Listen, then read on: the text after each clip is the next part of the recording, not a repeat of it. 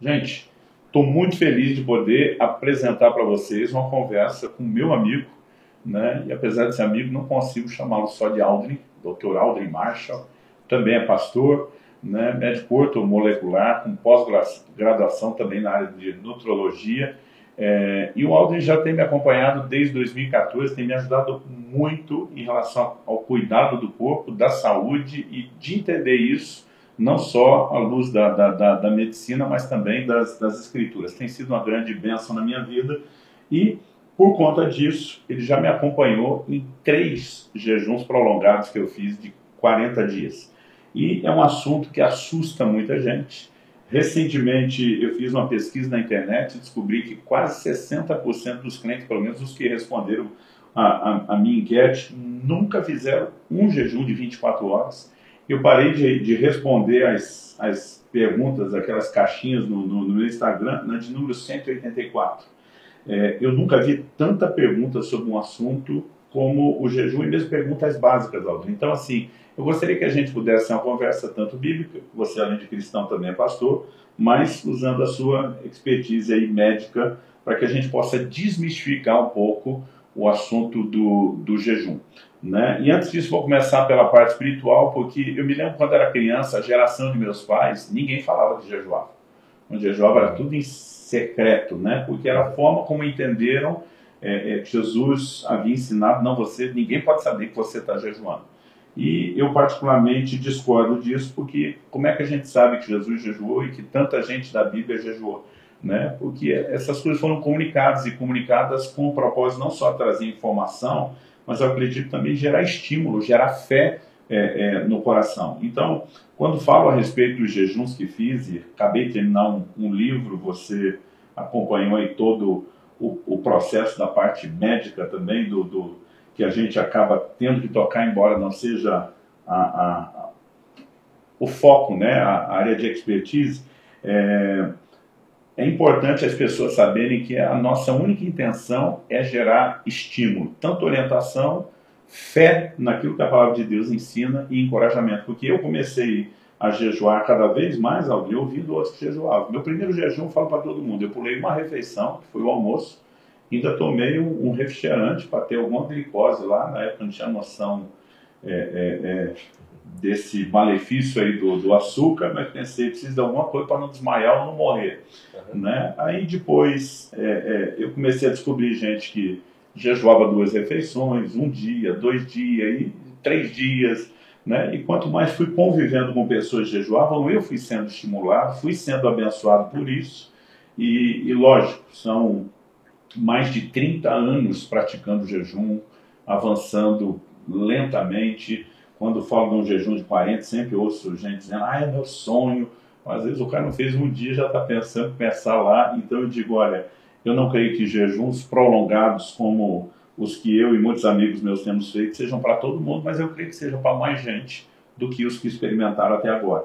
Então, sem querer trazer a conversa para esse patamar aqui em cima, é que nem aquele cara que nunca foi na academia. Aí ele vai e quer treinar como se fosse o halterofilista, cara, ele vai se arrebentar. Então, assim, a gente fala que o jejum é a mesma coisa, é importante começar devagar. Mas eu gostaria que a gente pudesse ter uma conversa bem honesta, porque uma das maiores perguntas que me fazem, mas jejuar não faz mal à saúde? Em primeiro lugar, eu digo, gente, não seria coerente Jesus se referir aos seus discípulos dizendo, eles vão jejuar, quando jejuarem. Nós temos orientações e declarações sobre a expectativa que ele tinha que nós jejuássemos, e se isso fizesse mal. Né? A Bíblia diz que quem destruir o corpo, que é o santuário do Espírito Santo, Deus o destruirá. Ele não ia mandar a gente fazer algo que destrói. Então, eu queria começar te perguntando a respeito desses mitos sobre o jejum, que pelo jeito, por tudo o que eu tenho lido e estudado, mesmo na área médica, fisiologia, a gente descobre que esse mito não se estendeu só no meio religioso, mas também no meio da medicina. Né? Então, assim, para essa pessoa que ainda não sabe o que é jejuar um dia inteiro, ou que não passou de um dia, e que tem esse medo de fazer mal, o que a gente poderia começar explicando para eles a respeito assim, da fisiologia do jejum, de que, na verdade, tem uma probabilidade maior salvo raríssimas exceções, de fazer bem do que fazer mal. Aliás, Valnice, que foi alguém que jejuava muito, me inspirou muito, quer dizer que tem mais gente morrendo pelo excesso da comida do que pela falta dela. Né? Então, mesmo sabendo que há todo um cuidado quando se fala de jejum prolongado, o que você acha que as pessoas deveriam saber que desmistificasse e tirasse um pouco aí do medo a respeito do jejum?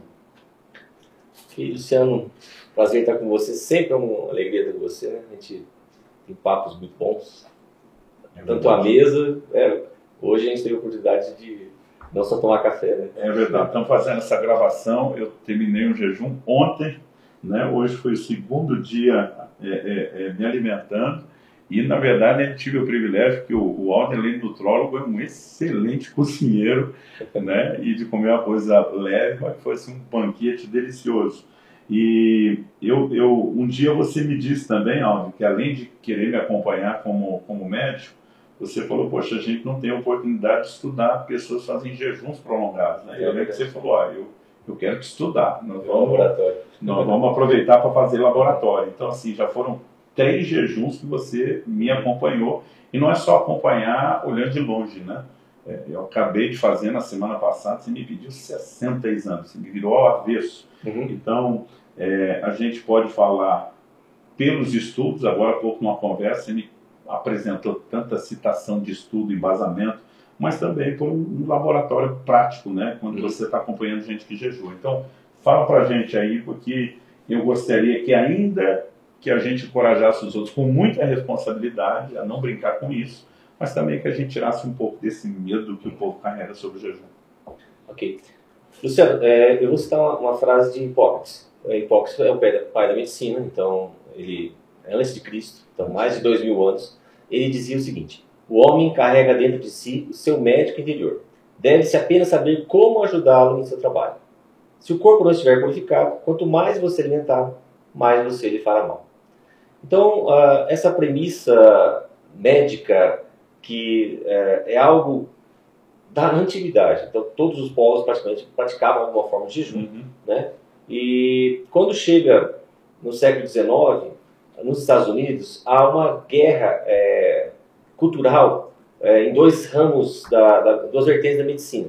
Uma que priorizava os cuidados em que você deixava o corpo se curar, então você trabalhava com fitoterápicos, com o próprio jejum, que é uma das ferramentas mais importantes. Então nós temos alguns relatos de um médico, inclusive, que o seu filho estava acometido um filho de 5 anos com tifo, uma doença que naquela época era mortal, e o tratamento da medicina convencional, vamos dizer, da medicina alopática, era pior do que o tratamento com a própria doença. Então ele decidiu, falou assim, então eu vou fazer o jejum. E no 3º dia, o filho dele, ele passou mal muitos, os 2 dias, primeiros 2 dias, mas no 3º dia, a resposta do seu filho foi, o seu filho se levantou e seguiu a vida. Aliás, esses primeiros 2 dias na desintoxicação costumam ser terríveis. Sim. É bom que todo mundo saiba disso, porque o corpo está se limpando, né? Exatamente. De todo veneno e toxina. Eu sempre uso uma expressão assim. E com 3 dias, o filho estava curado.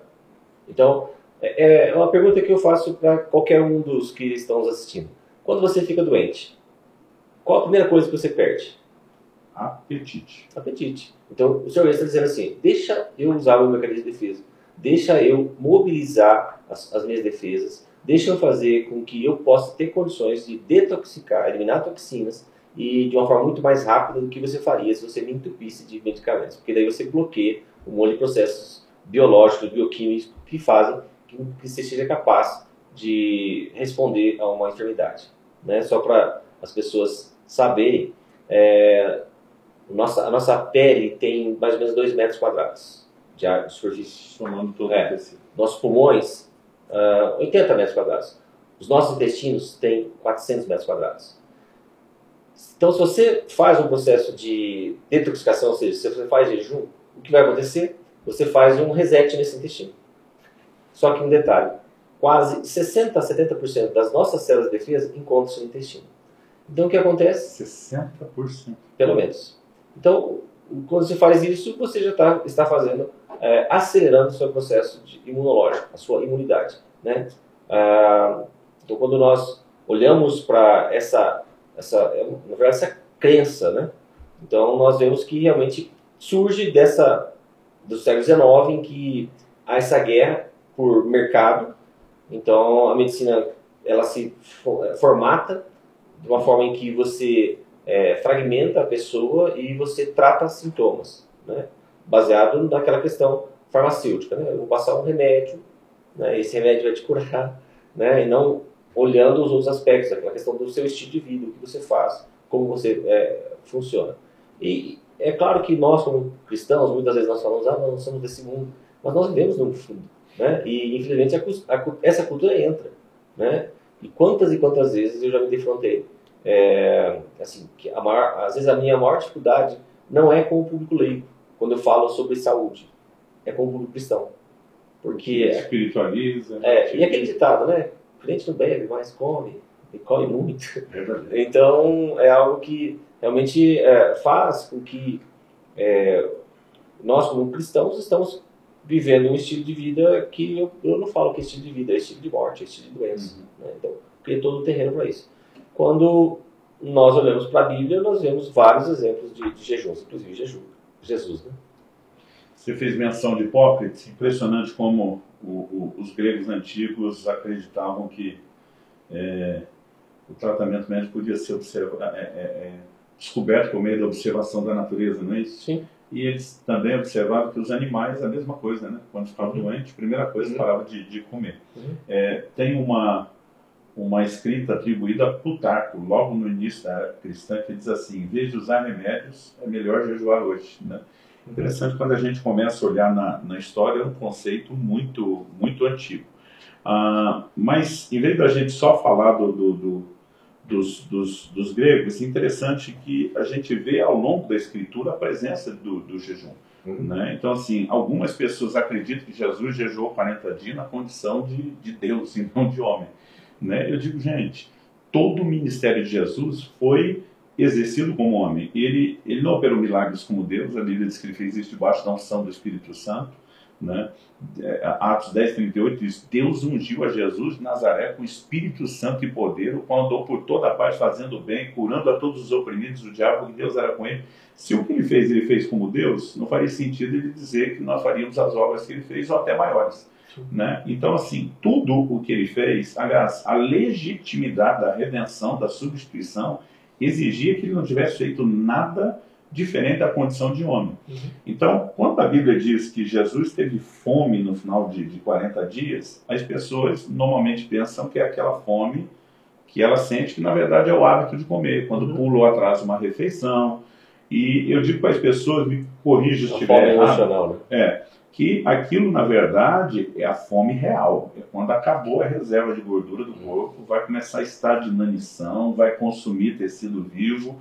Agora, Jesus, com a dieta saudável que ele tinha, que além de ser do Mediterrâneo, uma época não tinha comida industrializada, processada, portanto que ele caminhava a pé, imagino que ele tinha um corpo bem saradinho, magrinho. Se ainda assim tinha reserva de gordura para 40 dias, eu comecei a raciocinar que nós deveríamos ter mais do que ele. Nos meus 3 jejuns que eu fiz de 40 dias, eu não tive a fome que ele teve no final dos 40, né? Então, às vezes até pessoas são magras, falam assim, não, mas é que eu não posso, né?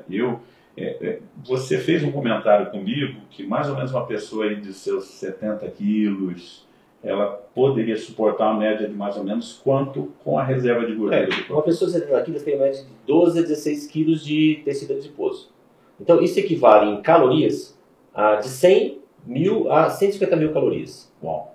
Então, isso é suficiente para manter seu metabolismo basal de 50 a 70 dias. Então, extrapolando um pouquinho, na época que você pesava 140 quilos, chegou a 150. Meu recorde foi 153. Então você podia fazer o jejum para 140 dias. Né? Na verdade, eu acabei de escrever um livro chamado A Cultura do Jejum, e uma coisa que me chamou a atenção foi uma documentação que eu li falando de um escocês que na verdade se tornou o recorde mundial registrado no Guinness Book de jejum da década, isso aconteceu na década de 70, se não me engano, no ano de 71.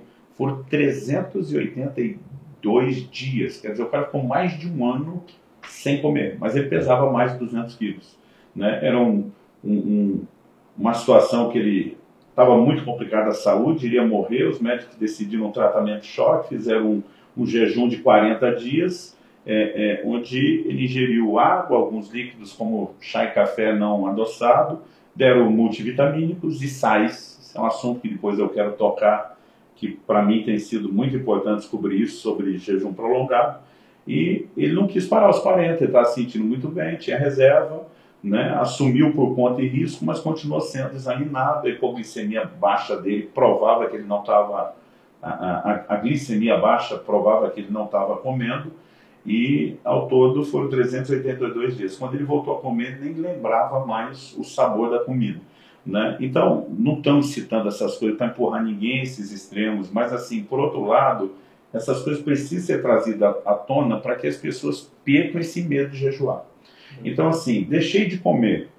A fonte de energia normalmente vem da glicose, é isso? Uhum. Né? Então, a glicose vem principalmente do carboidrato que a gente come. Quando eu deixo de entrar isso, meu organismo, se não me engano, vai buscar reserva de energia no glicogênio armazenado no fígado. Ou tem além do fígado, músculo, alguma coisa a mais? É mais o fígado, sim, o glicogênio. O que acontece? Quando você recebe um carboidrato, ele é levado. A insulina é o hormônio produzido pelo pâncreas. E essa insulina, vamos dizer assim, ela gruda na glicose. Né? Todo carboidrato que você se alimenta é convertido em glicose. E ele gruda na insulina. Essa insulina leva isso para os tecidos. Através da corrente sanguínea. Aí você, então, acontece algo interessante. Se você, vamos dizer assim, estiver fazendo atividade física de uma forma diária, né, constante, normalmente uma parte disso vai para músculo, glicogênio, vai estar no músculo disponível para o músculo fazer a atividade. Se você não faz essa atividade física, não gasta, o seu organismo não vai desperdiçar isso, ele vai armazenar. E aí ele começa a armazenar isso na forma de triglicéridos, ou seja, transforma essa glicose em triglicéridos. E aí que nós começamos a ter alguns problemas. Então, às vezes as pessoas pensam assim, minha glicose está muito boa, eu vou lá, o médico fala que está 80, está 90, mas ele não está vendo o que o teu pâncreas está trabalhando por trás para manter essa glicose em 80. Então, sempre que a pessoa vai no médico, tem que pedir como que está a insulina, porque daí eu sei realmente como está todo esse metabolismo. Né? Okay. Hoje mesmo nós fizemos o teu exame e vimos não existe mais resistência insulínica. Né? Então, eu já tive, porque no passado com peso, inclusive, havia me tornado diabético, depois mesmo vencendo a diabetes, resistência insulínica, e não tem volta de jejum que a gente encontre isso. Mas aí a pessoa não comeu, deixou de entrar a glicose. Isso. O organismo vai usar o glicogênio. É quando acaba esse glicogênio, quando que transiciona para cetose, que é o consumo da gordura armazenada, porque ela vira fonte de energia. Porque quando a gente fala que fica 40 dias, acho que a gente está de cama. Né? Inclusive, isso é um assunto que eu quero contar, porque no meu terceiro jejum eu resolvi, inclusive, me exercitar. Né? Então, assim, a gente tem disposição, a gente tem saciedade, a gente não passa fome, porque as pessoas ficam achando que a gente é herói, e não é. É um processo fisiológico, o não crente também pode experimentar. Eu acho que o crente tem uma graça de Deus, a gente tem um bônus que os outros talvez não tenham, quando o propósito é espiritual.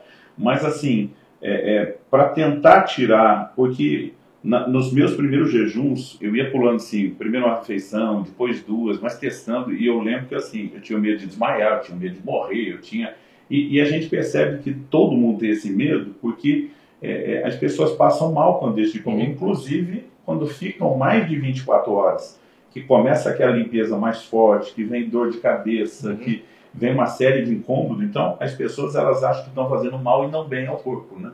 Então, se você pudesse falar tanto da cetose como da desintoxicação dessa limpeza, eu acho que também seria bem interessante a gente observar isso do ponto da medicina. Sim. Vamos dizer assim, você começou você se alimentou agora, né? O que acontece no seu organismo? Então, você consumiu agora. 3 horas depois, o que aconteceu? Aumentou a glicose e aumentou a secreção de insulina. Aí, o seu organismo, isso diminui a quebra de gordura. Quanto mais glicose você quebra, ingere, mais você vai bloquear a quebra de gordura como fonte de energia. Então o seu organismo vai fazer o contrário. Ele vai armazenar essa glicose, né? Então, como eu falei. E aí, mas você não comeu, porque hoje o conceito você tem que se alimentar de 3 em 3 horas, né? Esse foi um conceito colocado que não tem fundamento nem base científica, porque você está bloqueando todo esse processo que nós chamamos hoje de autofagia, que é o processo de renovação celular, que só é acionado se você não ingere mais glicose. Você está mandando glicose toda hora, de 3 em 3 horas, não tem jeito disso acontecer, né? Então, 18 horas, começa a diminuir a insulina. Você ficou 18 horas sem comer.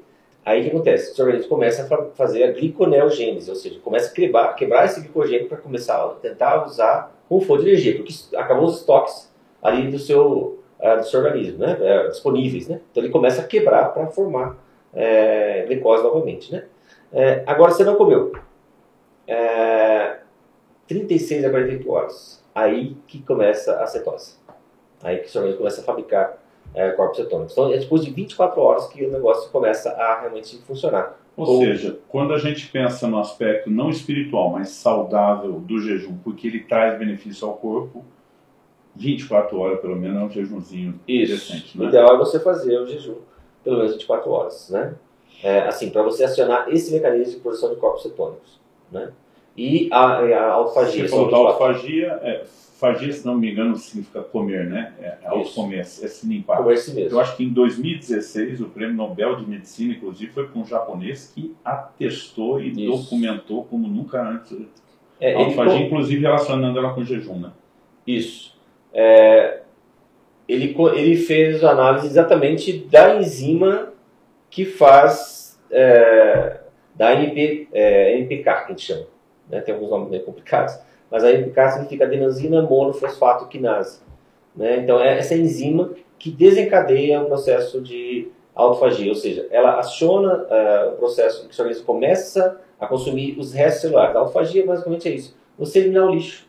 Né? Então, é igual, eu sempre falo com meus pacientes assim, antes de a gente colocar mobília nova, tem que tirar a mobília velha, porque senão vai ficar uma bagunça, ficar tudo aquela coisa bagunçada na casa. Então você tem que limpar a tua casa primeiro, para entrar mobília nova. Então a autofagia é exatamente esse processo em que as células ativam o consumo das organelas celulares, que basicamente são de proteínas, né?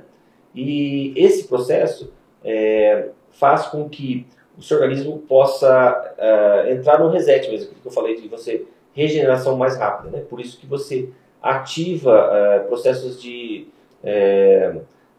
o que nós chamamos, o mais importante é a biogênese mitocondrial. Mitocôndrias são as unidades de força das células. Então, quanto mais mitocôndrias você tem em uma célula, então, por exemplo, um músculo, ele tem em média 3.000 mitocôndrias em cada célula muscular. No coração, a fibra cardíaca chega a ter 5.000 mitocôndrias.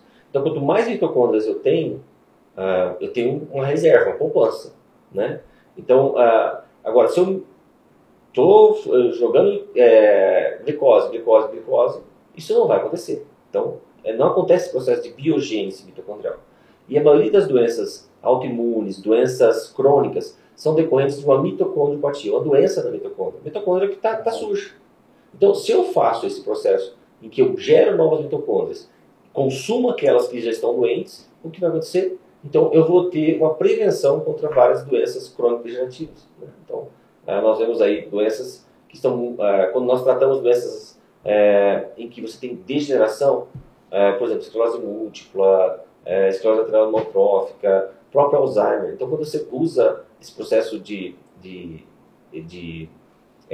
autofagia, o seu cérebro, o seu organismo consegue, por exemplo, limpar aquelas placas beta-amiloides, que são o terreno para fisiopatologia do Alzheimer. Né? Então, você consegue acelerar esse processo. Né? Então, são mecanismos que a gente vê que o organismo é capaz de se curar sem medicamentos, somente praticando algo muito simples, que é deixar de comer. Deixar de comer. Na verdade, o que eu vou colocar de uma forma mais prática. Em vez de ele vai continuar comendo, só que em vez de continuar comendo do externo, ele come o interno. Eu gostei muito dessa definição. Aliás, é isso que às vezes as pessoas não entendem. Hoje em dia o pessoal ouve muito falar da dieta cetogênica. E a turma fala, é cetogênica, mas eles não sabem. Né? Quando eles deixam de lado o carboidrato, portanto a glicose, ainda que comendo proteína, carne, se alimentando de gordura, o organismo vai buscar reserva de energia lá. Então, por exemplo, eu estava falando com alguém esses dias, eu falei, não, você não pode estar tanto tempo sem comer e está bem. Aí eu sabia que aquele camarada, de vez em quando, fazia dieta cetogênica. Eu falei, você não faz cetogênica? Ele falou, faço. Eu falei, você não tem energia? Ele falou, mas eu como. Eu falei, mas a sua energia não está vindo nem da carne nem da gordura que você está comendo. Está vindo da gordura armazenada no seu corpo. Né? Essa é a cetose. Eu falei, quando alguém está em jejum, entra em cetose. Eu falei, eu me sinto tão alimentado quanto você sem comer. E ele me olhava e não acreditava. Eu dizia, cara, a pessoa que faz jejum prolongado, ela não tem fome, ela tem senso de saciedade, ela tem bem-estar, né? E isso é uma coisa que as pessoas precisam acreditar, porque a maioria não faz um jejum de 24 horas. Quem faz as primeiras vezes e normalmente não tem alimentação saudável sofre. Então o cara pensa que vai fazer mal. E quem arrisca 2, 3 vai sofrer mais ainda, porque é o processo de limpeza. Com o tempo a gente aprende. Eu, por exemplo, fui sendo orientado por gente que jejuava e dizia, olha, você não precisa sofrer tanto, você pode limpar o seu organismo antes, você pode passar um processo de desintoxicação. Então eu, por exemplo, antes de fazer esse último agora de 40 dias, eu fiz 7 dias, quebrando a cada 24 horas. Nesses 7 dias já tirei carne vermelha, né? Já tirei um monte de coisas que eu sei que é alimentação que tem toxina pesada. Usei carvão vegetal, para mim é algo que de muita coisa que eu testei, ele ajuda a limpar muito meu intestino. E depois desses 7 dias ainda fiz 3 dias com suco verde detox. Quer dizer, a hora que eu mudei com a água, eu tive um desconforto muito leve, mas não foi pesado.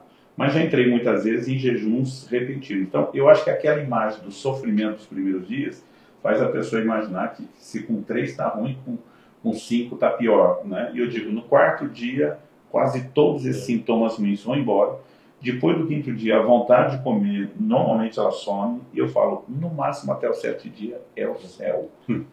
É o que os russos, assim, eu falo dos russos porque os russos foram, desde a década de 50, foram os que mais estudaram sobre jejum. Eles tinham assim, programas locais em que faziam jejuns terapêuticos de até 40, 50 dias. Né? Nada de propósito espiritual. Não. Só pela saúde. E um detalhe, Luciano, não era jejum da pessoa ficar deitada na cama. Eles tinham que andar, em média, 25 até 50 quilômetros por dia. Por dia. Por dia. E naquela parte da Rússia gelada lá em cima. Exatamente, de temperaturas extremas. E, além disso, eles faziam um processo de detoxicação intestinal. Eles faziam normalmente eles usavam lavagens intestinais. Porque para acelerar esse processo. São muito recomendados. Isso. Como faz isso? Na forma de enema? Normalmente o enema ou o enema. Hoje, uma das coisas que a gente pode usar tem o enema de camomila. Enema, na verdade, pessoal. Fala muito de café. Isso. Ele é bom também? Isso que eu ia falar. Enema nada mais é do que lavagem intestinal. Né? Então, uma das terapias que a gente usa é o enema de café, que faz um processo de limpeza ali do trato gastrointestinal, principalmente do fígado também, que vai ajudar a limpar muito isso, pelas propriedades assim das substâncias antioxidantes que o café tem. Então você consegue fazer esse processo. Então você acelera muito essa limpeza intestinal. Então, como eu falei, se o intestino tem 80% 70% das células de defesa, então você acelera muito esse processo de regeneração da imunidade. Então os russos faziam exatamente isso, dessa bagagem de você... e eles diziam sobre o choque cetogênico, em que você faz a mudança total aí da sua alimentação. É igual carro híbrido. Né? Então, em vez de você estar mudando de uma marcha, de um combustível de gasolina para elétrico tal, ou para gás, depende, né? Você só usa um combustível a partir disso. No caso, são os corpos cetônicos. Qual que é a vantagem dos corpos cetônicos? Eles são uma gasolina azul. É um combustível limpo. Então, eles chegam muito rápido para o seu cérebro. O seu cérebro ama, para o coração também, mas o cérebro ele atravessa a barreira hematocefálica, né, que é a barreira de proteção do cérebro. Então, só pensar assim, depois de uma ceia de Natal, em que você come, né, e fica parecendo... Como você fica depois disso? Fica parecendo a jiboia, né? Depois que você come muito. Indisposto. Mas quando você está em jejum, você não fica muito rápido. Acelerado. Então, Exatamente isso que acontece, porque normalmente você está, os organismos estão usando corpos cetônicos. Além do próprio fato da adrenalina tá mais alta no corpo, que já deixa a gente pilhado, essa irrigação sanguínea que não vai para a digestão, ela normalmente vai para o cérebro. Eu fico muito criativo. Né? Aliás, os gregos antigos costumavam exigir dos seus discípulos jejuns prolongados para ser aceitos, porque eles acreditavam que estava com clareza mental, e é um processo fisiológico. Né? Mas acontece algo interessante. Nesse processo de autofagia que a gente está falando que o jejum proporciona, há uma limpeza também nas suas células sanguíneas. Então, normalmente, a hemoglobina, as hemácias, né, que são as células vermelhas, que estão velhas, e acontece um fenômeno muito interessante. Nos capilares, quanto mais você está oxidado, ou seja, quanto mais você está com toxinas no seu organismo, radicais livres, se você está com essa questão da insulina alta, então você cria um processo de inflamação no seu organismo, que a gente chama de inflamação endotelial subcrônica, que é o terreno para as doenças crônicas. Então, o que acontece? Quando você chega nos capilares, as células, as glóbulas vermelhas, eles vão empilhando igual moeda, é o que a gente chama de rouleau. Então, quando você faz o jejum, o que acontece? Essas hemácias, glóbulos vermelhos que estão velhos, eles são eliminados.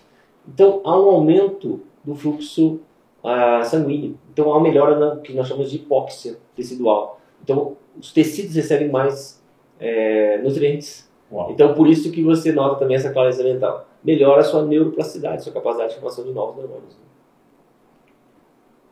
E impressionante com o tanto que o jejum faz bem, como nós criamos o título do livro que eu acabei de escrever, A Cultura do Jejum, porque assim, nós estamos precisando mais do que levar as pessoas a jejuns esporádicos.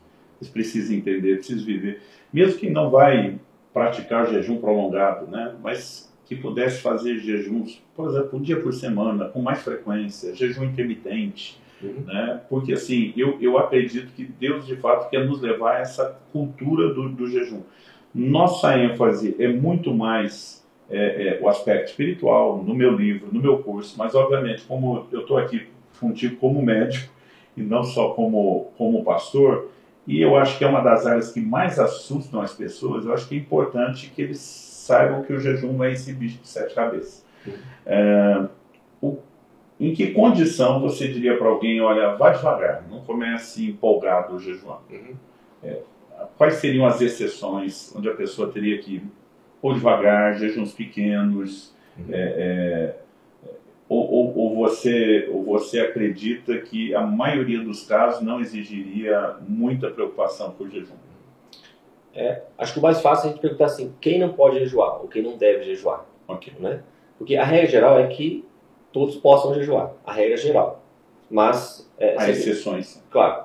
Então, por exemplo, pacientes que sofrem com doenças psiquiátricas, anorexia ou bulimia, não devem fazer jejum.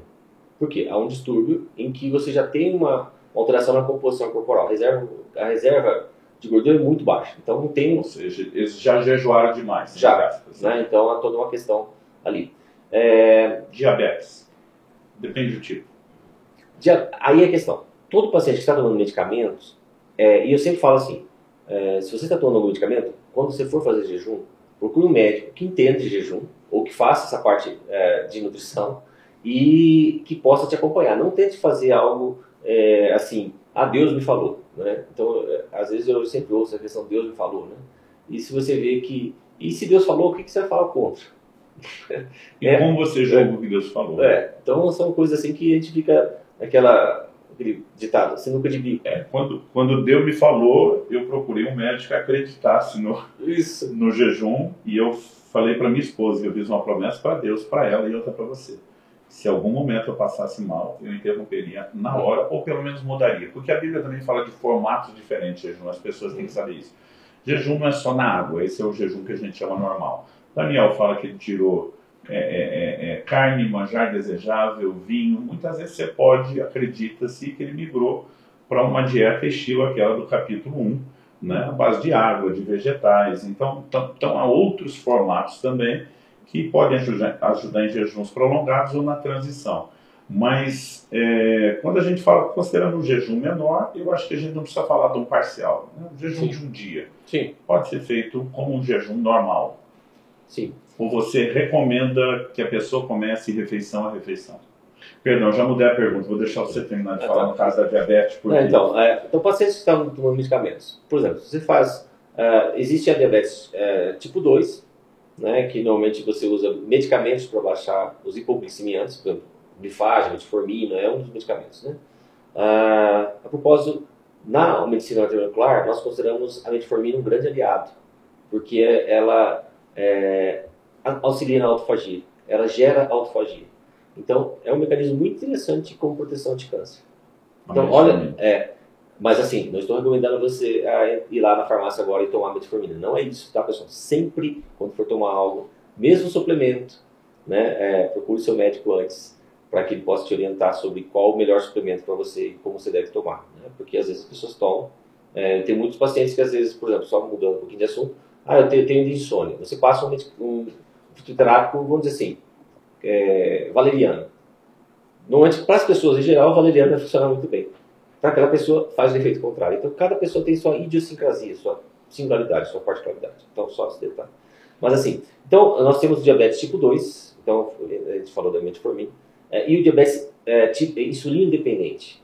Que é o tipo 1. Não necessariamente é o tipo 1. Tipo 1 é o genético. Mas as pessoas, às vezes, na tipo 2, às vezes ela não consegue controlar com o medicamento e tem que entrar com insulina já direto. Entendi. Né?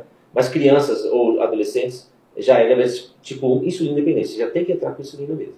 Pois bem, se você faz um jejum, o que pode acontecer? Um choque hipoglicêmico, uma hipoglicemia. Baixa muito a glicose. E aí, pode entrar em choque mesmo. E aí as pessoas muitas vezes vão dizer assim, o jejum que matou. Não é o jejum. Você está tomando medicamento, mal orientado, você fez algo que você não deveria ter feito fazendo. Né? Porque o medicamento, sem ingestão do carboidrato, ficou muito mais potente. Porque daí, esse acompanhamento você tem que ter com o médico. Eu quero fazer jejum. Então vai tirar. Aí o médico vai dizer assim, então vamos fazer dessa forma, tal, você tem que fazer dessa forma. Então você tem que obedecer o médico. Né? Então qualquer doença, o interessante é sempre você ter a acompanhamento do médico. As pessoas perguntam, lactantes, né, as mães que estão aumentando, podem fazer? E grávidas. São duas das perguntas que eu mais gosto. Então, aí há controvérsias. Né? Eu não recomendo, por exemplo, uma gestante fazer jejuns prolongados. Né?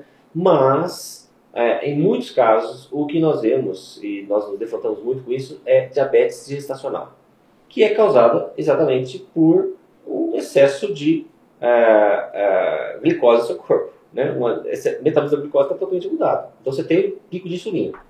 Então, basicamente, diabetes é um processo em que você tem um problema com a insulina. Ou ela está em excesso, que é o diabetes tipo 2, ou está em falta, que é diabetes tipo 1. Mas o problema é a insulina. E a insulina só é acionada quando tem glicose. Então, se você muda a sua matriz energética, então você sai de glicose e muda para gordura, o que acontece? Você não aciona insulina. É daí que nós chamamos de jejum metabólico. Existe um jejum fisiológico, que é isso que nós estamos falando, que é o jejum bíblico. Né? As pessoas ficam períodos de tempo sem se alimentar, que é o ideal. A partir de 12 horas já é considerado jejum. Okay. Né? A partir de 12 horas é considerado jejum. Mas aí você tem tempos. Né? Então, assim, voltando à gestante. Se você tem uma gestante que tem diabetes gestacional, essa mudança metabólica é muito interessante. Né? Essa mudança da matriz energética. Por exemplo, o que nós indicamos é fazer uma alimentação em que você baixa carboidrato, aumenta a oferta de gorduras boas, né? E gorduras boas. Né? Então, isso faz com que ela possa ter essa mudança no seu metabolismo da glicose e baixar os níveis. Ela ali vai entrar no modo cetogênico, mas ainda também está se alimentando. Dentro da faixa segura. Dentro da faixa segura. E está se alimentando. Isso. Né? Porque daí você está trocando por gordura. Né? Então você pode fazer um jejum de carboidratos, por exemplo. Então, uma pausa de um dia para uma grávida bem de saúde, uma lactante. Não haveria tanto problema, mas assim, o que eu recomendaria, por exemplo, é ela fazer aquele horário 16 horas de jejum, 8 horas de alimentação. E nesses 8 horas também você trabalhar em cima mais do seu índice metabólico basal. Que é basicamente o quanto o seu organismo gasta quando ele está dormindo, para manter você vivo, o seu cérebro funcionar, para o seu coração bater, para você respirar, ele vai gastar. Ali é o que nós chamamos de índice metabólico basal. Então, se ela trabalha perto do índice metabólico basal, o seu organismo aciona mais fácil essas reservas de gordura. Né? Então, assim, quanto a lactante, a mesma coisa. Então, você pode fazer períodos de jejum? Pode, mas mais curtos. Né? Ou você faz essa questão de você troca a gordura, e a gente sempre fala sobre jejum intermitente modificado, né, para esses casos. Ou seja, hoje está muito em voga você falar sobre o bulletproof, que é o café à prova de balas, né? Basicamente é o café junto com a gordura boa. A que nós mais usamos é o óleo de coco, né? Você pode, em alguns casos, associar a manteiga, porque a manteiga forma mais rápido o ácido butírico, né? Que rapidamente transforma-se em corpos cetônicos. Então, você pode fazer associação, mas se você fizer o café com óleo de coco, já está uma coisa muito boa. Então, ele te dá uma fonte de energia muito legal. Você está consumindo. Tem calorias? Tem. Tem mais ou menos 300 a 350 calorias. Só que ela não aciona insulina, que é o que nós chamamos de jejum metabólico. E não está jogando glicose por dentro. Isso. Então, são formas de a gente trabalhar, né? Então, como eu acho importante a gente entender que qual é o objetivo do jejum, né? Então, quando você entra no jejum desses de 40 dias, com certeza eu sei que você não quer se mostrar para ninguém, né? Não é algo assim, olha, eu sou super homem, estou conseguindo fazer. Não é esse o objetivo, né? Então, eu sempre penso assim, qual que é o objetivo do seu jejum? Por que você está fazendo, né? Bom, o meu primeiro... eu fui gradualmente ao longo dos anos subindo de 1 para 2, para 3, para 4, para 5, 6, 7 dias. Sim. Durante muitos anos eu não passava de 7. Eu cheguei a quebrar um jejum de 7 com uma refeição e imediatamente começar outro, só para não ficar aquele negócio que estava quebrando o recorde. Uhum. Né? Mas depois, com o tempo, eu fui me aventurando à medida que conhecia também os limites do meu corpo, 8, 9. É lógico, nisso, gente, já teve jejum que não consegui, não aguentei, comi, esqueci. A gente não quer parecer que é diferente dos outros e que não é. Mas com o tempo eu fui aprendendo. Eu cheguei a fazer, acho que, 3 jejuns de 2 semanas. Um deles, eu lembro que eu estava com 13 dias e meio e o Espírito Santo me mandou encerrar. Eu fiquei triste, porque eu queria terminar 14, né? Aquele negócio para dizer, cheguei lá, era a minha primeira vez. Né? E eu senti assim, deu para parar, e a gente sabe que tem que obedecer isso, independente da razão. Mas depois de ter feito mais 2 de 14, aí levou alguns anos, eu cheguei a fazer um de 21, né? E depois, 10 anos depois, foi quando Deus me levou a fazer o primeiro de 40. Nesse você já me acompanhou. E eu lembro que eu falei para você, olha, eu tenho uma convicção que é só água. Não vou tomar água de coco, não vou tomar chá, não vou tomar café. É uma convicção que eu tinha dentro de mim. Mas no meu segundo jejum, eu lembro que você me perguntou, cara, na época nem eu sabia no segundo que eu ia até 40. Só senti Deus me mandar ir levando. Mas aí você me perguntou, você tem uma palavra de Deus para ser só na água? Eu falei, não. Aí você me disse assim, eu vou te dar uma sugestão. Falou, não vai quebrar seu jejum, não vai tirar você da cetose, mas quase sempre, quando fazia alguma dieta, eu sempre te perguntava se eu podia tomar misoshiro. Então você sabia que eu gostava daquilo. E você falou, o misoshiro tem menos fibra alimentar e caloria que um copo de água de coco. Mas vai te fazer bem, tome um desses por dia. E eu lembro que eu viajando, levei uns saquinhos, inclusive instantâneos, para misturar ele na água quente. Mas quando eu tomava aquilo, parecia que eu renascia, parece que eu tinha comido, parece assim, era uma coisa que eu não sabia explicar. Só que eu achei que era psicológico. Eu falei, não, o Aldir pegou uma coisa quente, salgada, tá, né, enganando minha mente para fazer eu acreditar que eu estou comendo. Demorou para eu entender que, na verdade, você estava me ajudando com um equilíbrio eletrolítico, né, de sais. Os médicos dizem, eu comecei a descobrir isso depois, que parte desse desconforto, tontura, dor de cabeça do início do jejum é a baixa rápida de sais.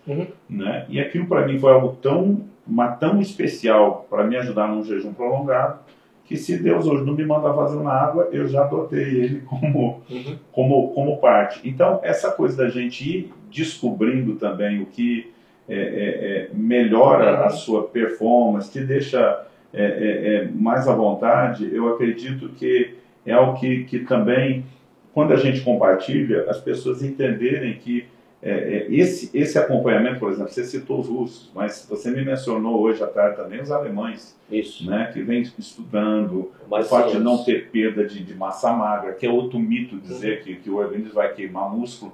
Não faz o menor sentido para mim o organismo queimar músculo quando ele ainda tem reserva de gordura. Quer dizer, ele fez a reserva para não precisar queimar o músculo essencial, vai começar por ele.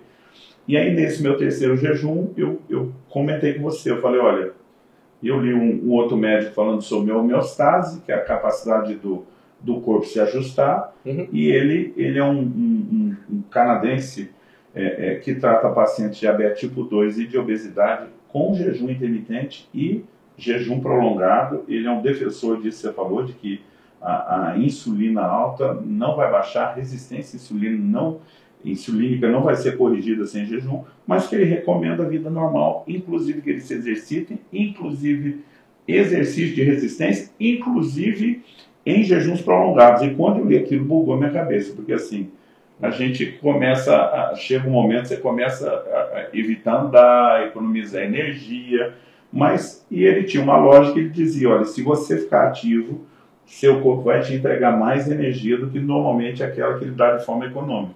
Aí eu lembro que eu te liguei e perguntei, falei, vem aí. Você falou, olha, a teoria é essa, o laboratório a gente não tem muito. E eu falei, Deus, eu quero fazer o laboratório. Né? E eu comecei a treinar no 9º dia de jejum, porque normalmente você já está na fase boa da cetose, você está disposto, né? E eu treinei até esse último dia, que foi há 2 dias atrás, o 40º, com toda a carga que eu sempre vinha treinando, musculação no último ano, como se estivesse me alimentando, sempre com disposição, nunca me deu, como na gíria da turma que se exercita, tela preta, né? Nunca tive tontura, nunca tive falta de disposição, pelo contrário, eu tive uma outra testemunha, que é o personal, que é alguém da minha igreja, que ele falou, pastor, minha cabeça está bugada também, né? Ele falou assim, não dá para acreditar, e eu estou vendo e acompanhando o processo de perto. Então, quer dizer, não apenas, eu nunca me senti tão bem treinando sem jejuar, e nunca me senti tão bem jejuando sem treinar. Né? Para mim foi um laboratório fantástico. Não estou dizendo que ninguém tem que fazer isso. Cada um tem que conhecer o limite do seu corpo. Eu tive paz em Deus, né? E resolver caminhando, porque eu achava assim, talvez na 2ª semana pare, talvez na 3ª eu não consigo, talvez não vai dar mais. Mas mesmo sabendo que está chegando a hora de eu entregar o jejum, o corpo dá sinais, né? Eu tive disposição o tempo todo. Mas hoje mesmo, antes da gente gravar esse vídeo, o senhor pegou a maior parte desses 60 exames que me pediu na semana passada, quando eu ainda estava em jejum, né? E é impressionante, porque você já me acompanha há mais de 7 anos, também indo para o 8º ano. E como, de fato, né? Eu acho que a última vez você tinha me checado fazia 3, 4 meses, e como existe uma evolução em todas as áreas. Né? Eu queria que, talvez o senhor pudesse até falar disso, mas alguém precisa de 40 dias de jejum para ter tanta evolução? Não. A autofagia ela acontece com bem menos tempo, não é? Sim. Então, a partir de 24 horas ela está acionada. Já está acionada. Mas se a pessoa faz isso muito ocasionalmente, talvez ela não tenha o mesmo efeito como fazer com mais frequência. Sim. Então, por exemplo, um dos métodos que a gente recomenda do jejum intermitente é que você possa fazer, por exemplo, pelo menos um dia de jejum semanal de 24 horas. Você aciona. E nos outros dias você faça a sua restrição, uma restrição calórica. Por exemplo, vamos dizer assim que você gasta ali a faixa de 2.000 calorias. E você ingerir perto de 1.500 calorias, por exemplo. Né? Então você já tem uma restrição calórica. Então você continua, você fez o jejum 24 horas, acionou a autofagia, acionou o mecanismo de cetose, e você continua fazendo que o seu organismo colhe os benefícios disso. Entendi. Ok? Então, é essa a questão. O grande problema é que às vezes as pessoas saem do jejum e querem comer tudo. E comer lixo. Aliás, eles descompensam. O que ganharam no jejum, perde na volta, come mais do que deveria e come porcaria. Sim. Eu, quando garoto, sem ter noção, a gente quebrava o jejum de uma semana com refrigerante, pizza, quer dizer, Isso. Vamos comemorar. Começava churrasco, começava a se entupir tudo de novo. Né? Mas uma coisa, você falou sobre a questão do músculo, saiu um estudo agora em 2020 sobre essa questão perda muscular em jejum prolongado. Jejum prolongado, não é nem questão de jejum intermitente, jejum prolongado. Eles fizeram um estudo com 10 dias, a média de 10 dias, e a perda média foi de 6 quilos em 10 dias. Né? Então, uma perda considerável. E aí eles olharam, o que foi perdido? Então, 40% foi gordura. E proteínas não foi principalmente de músculo, não foi do sistema muscular, foi dos órgãos internos. Ok. Não era proteína do músculo. Não. Só que quando você olha os estudos sobre perdas de peso em jejuns prolongados, você vai ver assim que as reservas de gordura chegam até no máximo 80%. Proteína você perde 4% só. Não é de músculo. Então, na verdade, seus músculos ficam muito mais limpos. E quando você volta ao processo de refeeding, né, realimentação, o que acontece? Você aciona mTOR e aí você ganha muito rápido, porque você aumenta também o hormônio de crescimento, então você aumenta muito rápido a sua capacidade muscular. A minha filha Alice, ela fez um jejum de 20 dias, alguns meses atrás. E ela fez a avaliação o dia antes de começar, o dia depois de terminar. E ela teve ganho de massa muscular. Diferente de mim, ela não estava treinando, mas ela teve ganho de massa muscular. Eu não fiz a avaliação devida antes de começar, porque foi uma palavra que Deus me deu, me pegou de surpresa, estava longe, não consegui fazer essa avaliação contigo, mas do que você vem me acompanhando nós vimos hoje, que eu ainda tive ganho de massa e não perda, né? Pessoal, eu fiquei muito feliz com o resultado do Luciano agora, né? Então a gente faz aquele exame, o Stack System Complex, né? Faz essa análise do seu organismo, de como está funcionando. Então, olha, eu brinco com ele assim, olha, antes do seu sistema nervoso autônomo, que controla todas as funções que não dependem da vontade, né? Ele estava lá no vermelho. Então, eu até coloquei ele na palestra que eu dei na administração que eu fiz para os pastores, é brincadeira, não coloquei. Mas agora estava dentro da ponto de equilíbrio, né? Então, olha como os benefícios, aquela questão, a gente pensa assim, que vai... E aqui só estamos falando da parte física, eu fiz pelo princípio espiritual, mas já sabia que teria benefícios. Os russos, eles usavam o jejum terapêutico para tratamento de doenças psiquiátricas. Então, para doenças como esquizofrenia, transtornos depressivos ansiosos, transtornos afetivos bipolares, então eles usavam para isso, porque exatamente há um reset, há uma mudança na sua neuroplasticidade, uma mudança de níveis de neurotransmissores. Então, a forma como acontece, e algo, na verdade, não tem jeito, né, Luciano, da gente separar. Primeira Tessalonicenses 5:3 diz isso: mantenha íntegro espírito, alma e corpo, até a vida do nosso Senhor Jesus Cristo. Então ele está dizendo assim, olha, não tem jeito de se separar. Então aquilo que você faz no seu corpo reflete no seu físico. Por exemplo, essa questão que você falou assim, do sal, né, como fez diferença, né, para você. E às vezes você falou sobre Jesus. Por que e até você citou, não tinha a ligação dele, era só a aliança que Deus havia criado, né? A questão da atividade física, tudo que ele fazia, ele dormia, ele tomava água, né? Então ele tinha um estilo de vida saudável, né? E eu sempre falo assim nas ministrações, ele poderia entrar, as pessoas, em jejuns prolongados, em qualquer época. Precisava de preparação? Não, porque ele já vivia uma vida de jejum, né? Então já era um estilo de vida. Nós temos que fazer essa preparação. Então, por exemplo, quando você fala assim, eu estou com baixo de sal, a maioria de nós hoje vive um processo de estresse crônico. Então, você já tem alterações em vários hormônios, os hormônios de estresse. Um dos hormônios que abaixa é a aldosterona. E a aldosterona regula a pressão. Então, quando a sua suprarrenal, ela começa a entrar em fadiga. Então, quando você dá o sal, você aumenta a aldosterona. Então, uma das coisas que eu falo para os meus pacientes, às vezes, é uma coisa muito simples. Se você tem aquele cansaço de manhã cedo, né? Eu falo assim, olha, pega uma colherinha de café de sal do Himalaia ou sal integral lá de Mossoró, não sal refinado, né? Coloca na água ou mesmo coloca na boca. Aquele tal do soro. Assim. E toma. Você vê que seu organismo já começa a ter, depois de 2, 3 dias, uma outra resposta. Basicamente é aquilo que você sentiu no jejum, né? Então, você sai daquele processo de estresse, você faz a preparação. Imagina você que já trabalha todo esse aspecto, né?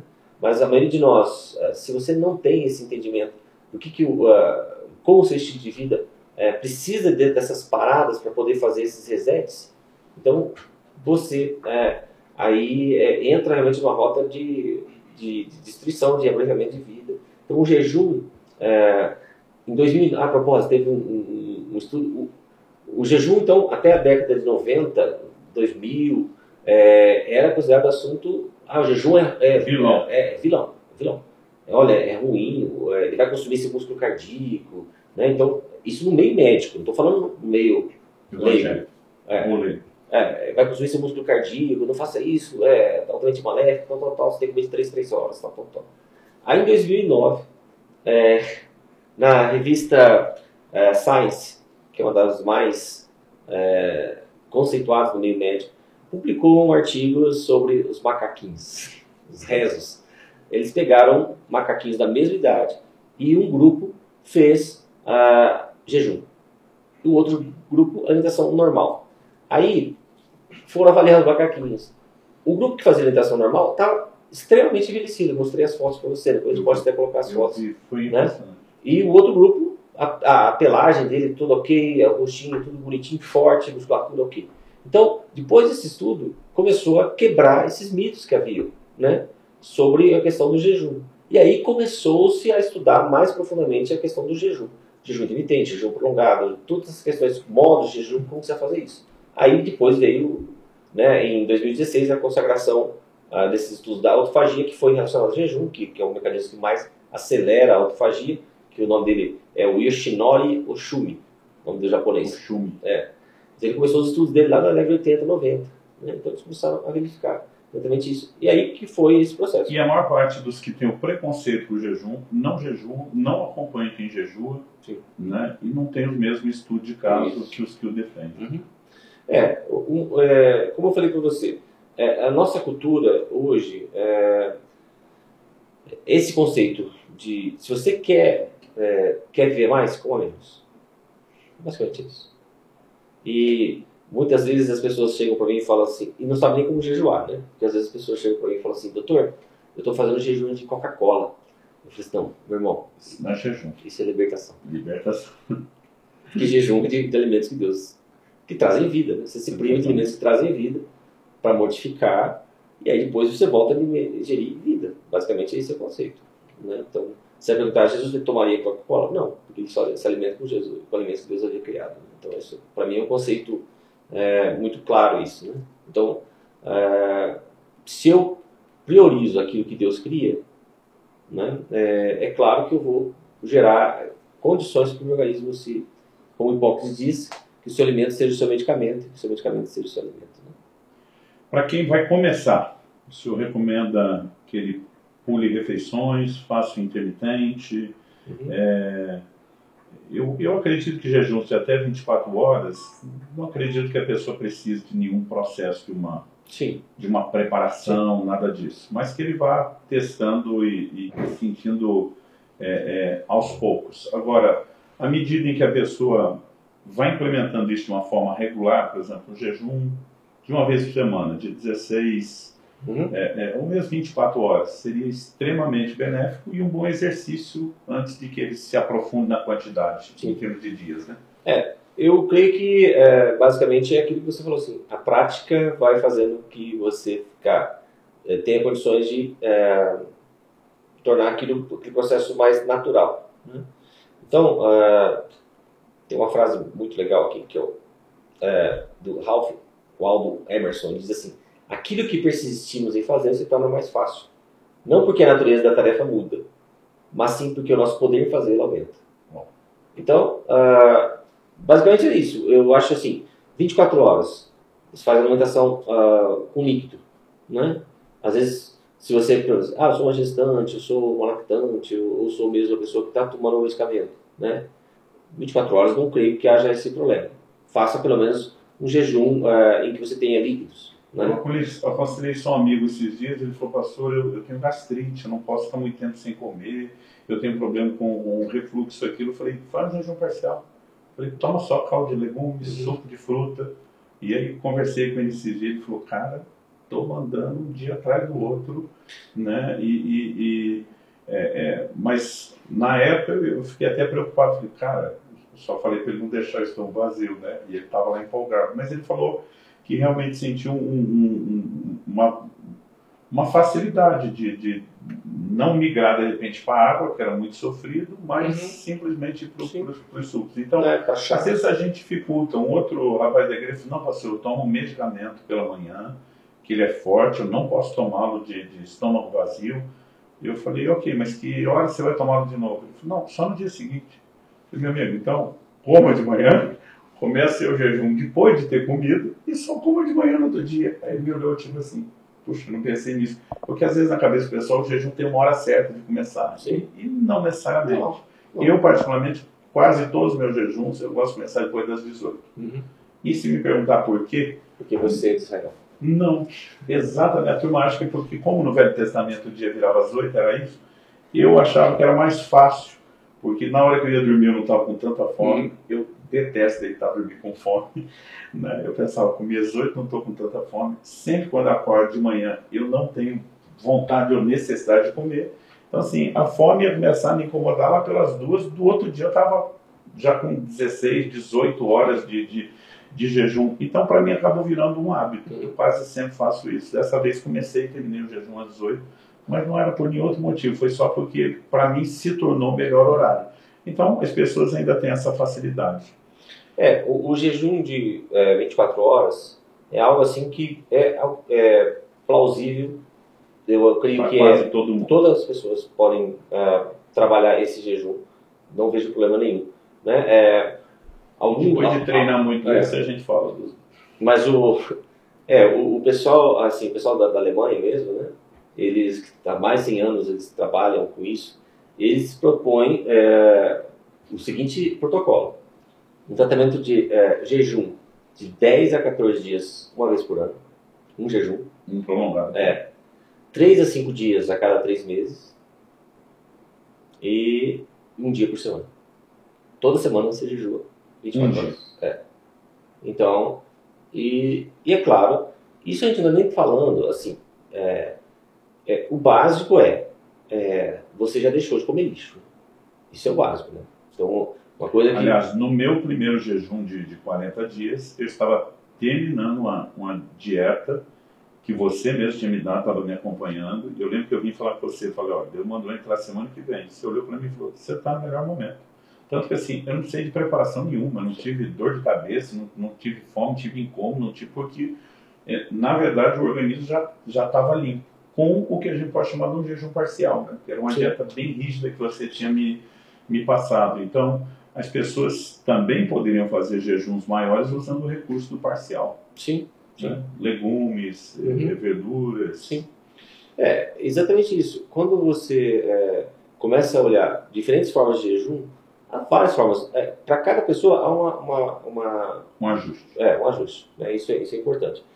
Só queria destacar uma coisa muito importante. Eu trato muitos pacientes com câncer. E eu estou fazendo uma pós-graduação em oncologia integrativa. Né? Então, a questão, pensa assim numa doença como uma árvore. Né? Então tem o terreno, a árvore, o galho e o fruto. O câncer. O tumor é o fruto que estragou. Na medicina convencional, você vai tirar o fruto. Então você faz cirurgia, faz rádio, química e tal. Agora, e a árvore? E o terreno lá que gerou esse fruto? Né? Então, a oncologia integrativa você vai trabalhar esse outro aspecto. Pois bem, o que se começou a constatar? Que pacientes que faziam quimioterapia, quando eles faziam 48 horas de jejum, antes e pelo menos 24 horas depois da quimioterapia, ou seja, um de 2 dias antes e um dia depois, praticamente não tinham efeitos colaterais. Uau. Né? Então, se as pessoas perguntam se modula a imunidade, está aí a resposta. Porque tem gente que tem medo de jejuar, diz não vai baixar minha imunidade, ainda mais nessa época do Covid, não vou jejuar porque vai baixar a imunidade. Minha experiência, e você tem me avaliado sempre, é que nos jejuns a imunidade sobe. Sim, exatamente. Não é que você não você não vai ficar doente, não é isso. Mas você está dando condições para o seu organismo lutar contra uma enfermidade, contra a doença de uma forma muito mais rápida. Né? Glória a Deus. Bom, a minha vontade é levar esse negócio horas e horas, mas eu acredito que a gente teve um bom volume de informação. Alguma coisa que o senhor acredita que, puxa, não podia ficar de fora, a gente precisava ter falado. Se houver, queria que, se você lembrasse, comentasse algo.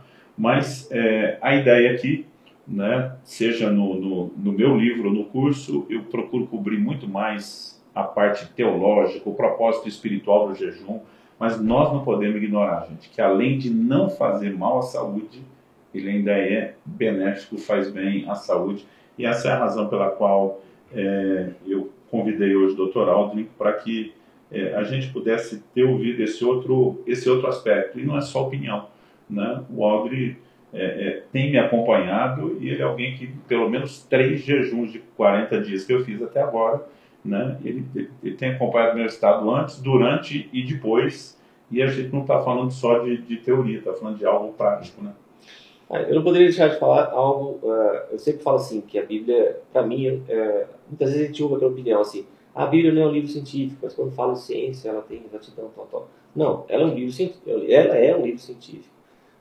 Só que foi escrito numa linguagem tecnológica própria para aquela época, e quando nós linkamos ela, a nossa linguagem tecnológica atual, então nós vemos que realmente ali está os fundamentos. Quando a Bíblia diz sobre a passagem de Jesus ali jejuando, é Mateus 4:2. Diz assim que fim dos pais ele teve fome. Teve fome. Os caras os cientistas foram estudar exatamente o processo do jejum nos pinguins, analisando que o macho, quando a fêmea bota o ovinho lá, o pinguim macho fica... quem choca lá. Quem choca.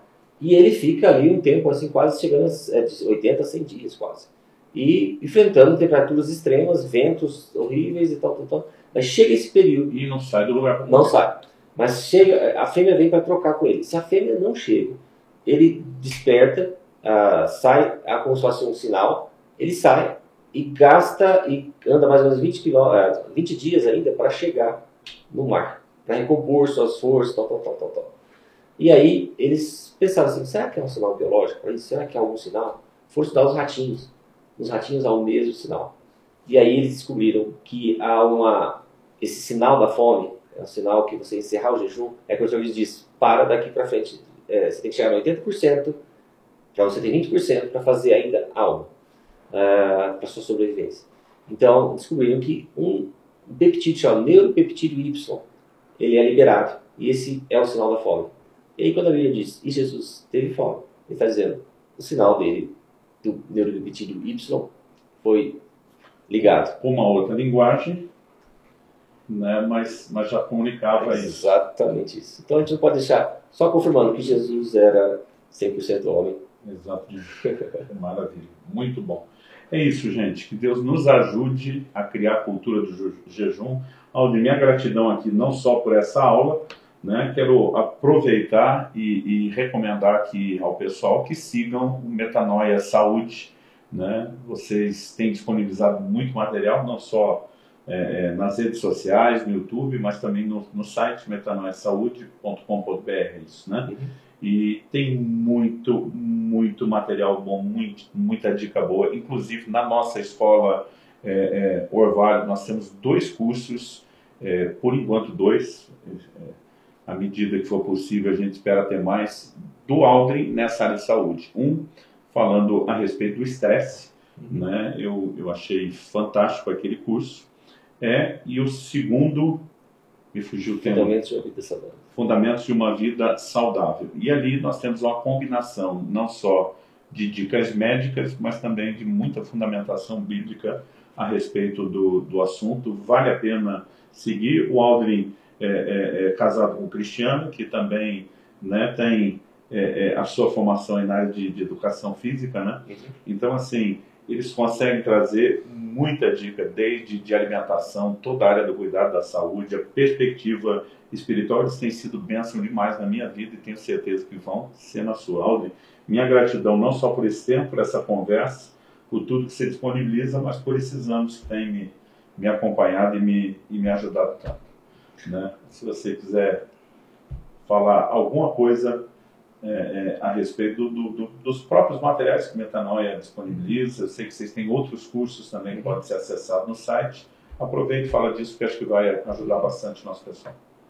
O Metanoia Saúde é um ministério que Deus nos permitiu vivenciar primeiro em nossas vidas, né? Porque eu vivi um estilo de vida altamente destrutivo. Eu olhei para João 10:10, vida abundante, o que é isso?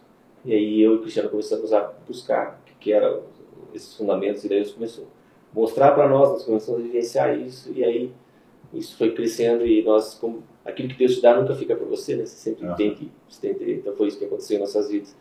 Em 2010 nós recebemos um convite para vir aqui para BH, junto a pastora Zenete, né? O Ministério Restaurando Vidas, e desde lá nós estamos aqui. E Deus tem nos dado o privilégio de conhecer vários homens e mulheres de Deus, inclusive você, né? Foi essas conexões divinas. E como nós temos cuidado de vários desses pastores, dessas pastoras. E nós realmente vemos essa necessidade da igreja em despertar para essa questão de cuidar do tempo do Espírito Santo. Na verdade, metanoia é exatamente isso. Metanoia saúde é o que é necessário para eu ser o tempo do Espírito Santo de uma forma que Deus se agrada, né? Então, eu entendo assim, Gênesis 6:3 que diz que o nosso tempo de vida é 120 anos. Né? Então, e aí comprova, né, que a revista Nature publicou em 2016 um artigo dizendo nosso limite biológico são 120 anos. Então, eu não sei se eu viverei 120 anos, mas eu tenho que viver como se fosse 120 anos. Se preparar para isso em vez de então, desperdiçar o potencial. É isso que nós compartilhamos com as pessoas, nós queremos compartilhar isso com as pessoas, né? Realmente viver para poder cumprir todo o propósito que Deus tem na nossa vida. Amém. Glória a Deus. Muito obrigado a você que nos acompanhou, né? Quero te encorajar, e encorajar em relação ao livro A Cultura do Jejum aqui, mas primeiro quero destacar que o Aldrin está escrevendo, preparando alguns materiais, logo tem coisa boa, então logo sai a gente vai fazer o barulho também. Nós vamos, em breve, estar divulgando esse livro também, A Cultura do Jejum, que vem acompanhado de um curso online e tenho certeza que todo esse material vai te enriquecer e te dar muito caminho prático para que você possa viver essa prática, essa cultura do jejum. Espero que essa conversa de hoje, na perspectiva médica, fisiológica, possa ter te ajudado a quebrar também alguns mitos e te encorajar a viver sua vida de jejum. É isso. Deus abençoe ricamente cada um de vocês. Obrigado, amigo. Eu agradeço.